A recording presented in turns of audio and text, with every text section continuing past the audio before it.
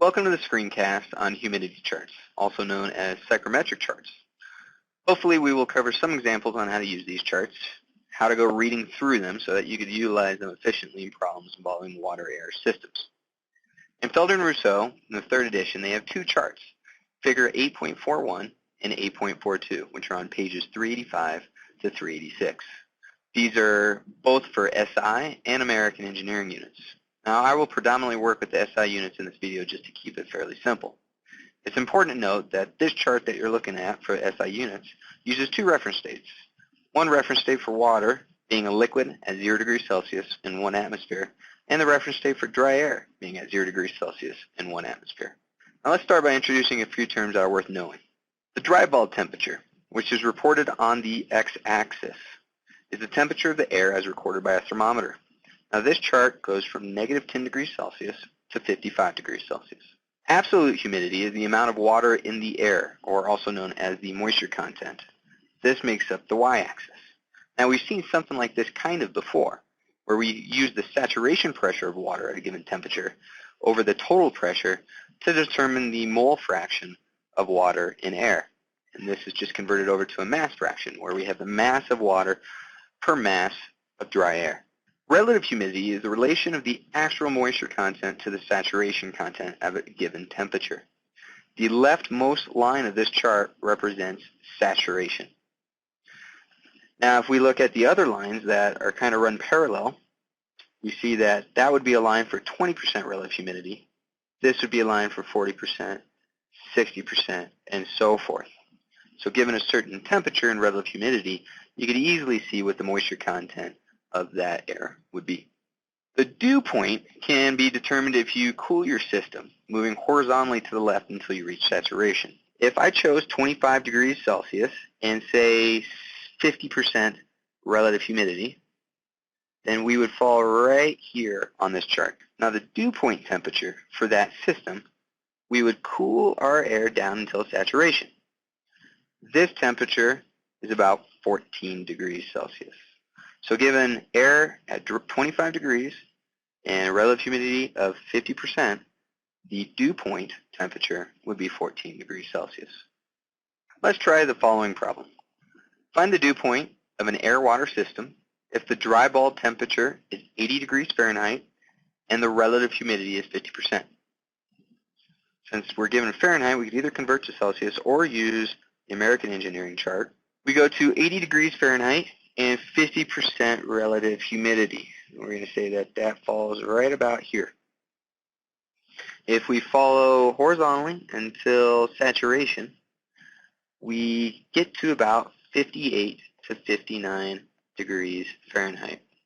So the dew point temperature of that system is about 58 to 59 degrees. We could also determine the enthalpy of an air-water mixture. Again, this is relative to the reference state. If you move along the diagonal lines up to the left, you could read what the enthalpy is. So, for instance, that initial system, we can move upwards to the left, and our enthalpy would be somewhere between 31 and 32 BTUs per pound of dry air.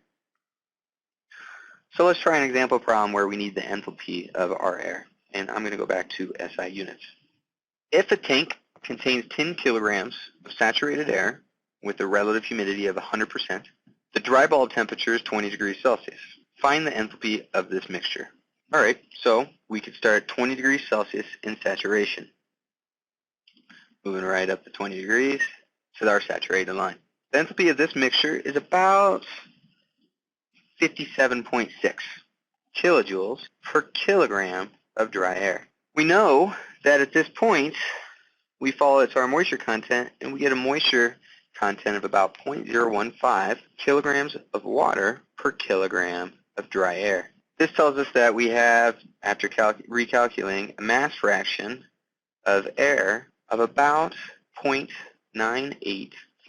We can multiply that by our 10 kilograms that we start with to get about 9.85 kilograms of dry air. Multiplying that by our enthalpy of our air, we could figure out what the enthalpy of our mixture is. This comes out to about 567 kilojoules. We could also determine the amount of heat to raise the temperature of a system using these enthalpy readings. Let's try the following example. A saturated mixture contains 100 pounds of dry air.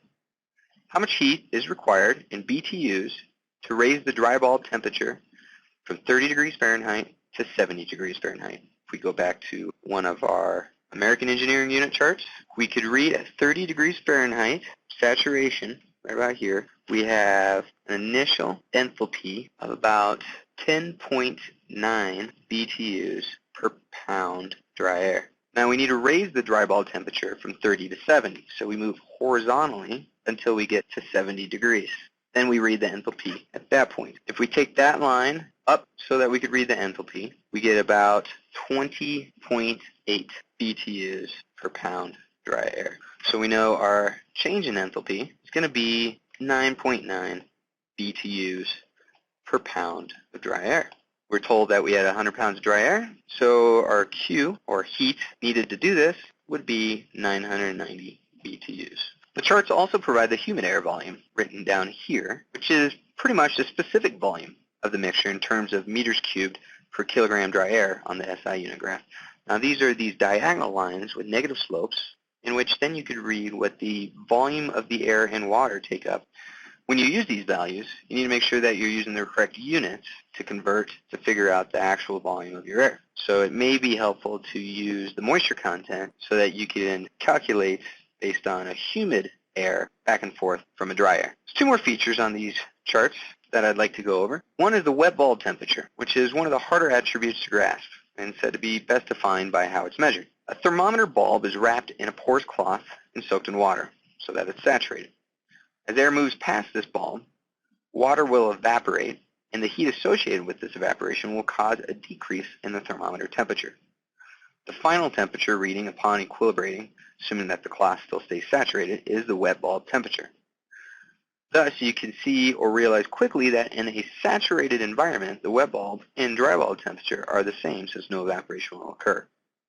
Now, if we go back to our problem where we have, say, 25 degrees Celsius air at 50% humidity, we could figure out that the wet bulb would just be following these lines up to the saturation point.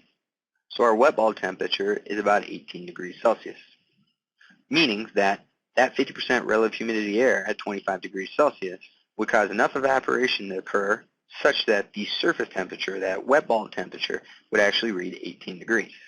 You could kind of think of this like when you get out of a pool. Your body's wet, and as it starts to evaporate, you get colder. So obviously you're going to feel colder depending on the relative humidity of the air. So let's try the following. Two large containers initially contain dry air at 40 degrees Celsius. A small amount of water is added to container 1 so that the relative humidity becomes 30%. Let's see where that would be on this chart. Right about here. That's container 1.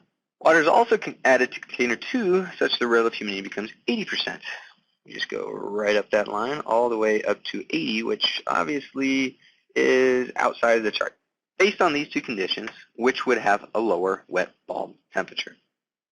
Well, even though we can't see what's up at 80% humidity for that case, we do know that following these horizontal lines, this wet bulb temperature for container 1 would be much lower than the wet bulb temperature for container 2.